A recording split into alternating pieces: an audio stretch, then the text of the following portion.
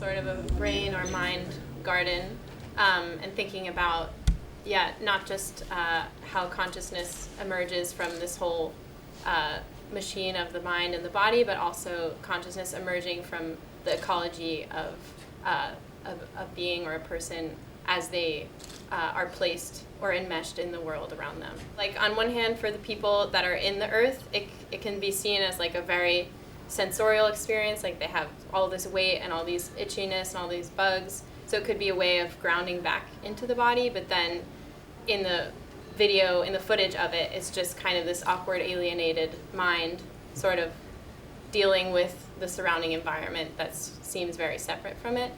So there's another thing that I was impressed about the piece in terms of the use of this particular medium, this particular screen, or a set of screens here, which makes this in many ways a kind of site-specific cinema. Should we read this as a sort of matrix of data points,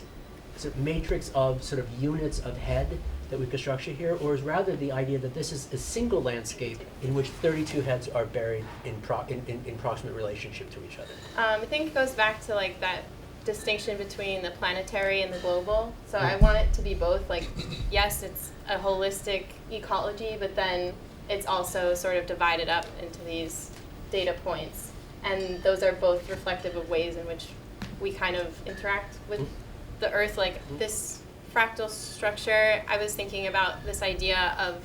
language having evolved not for communication, like communication as a byproduct of language, but language actually having just developed in this very particular way in the human brain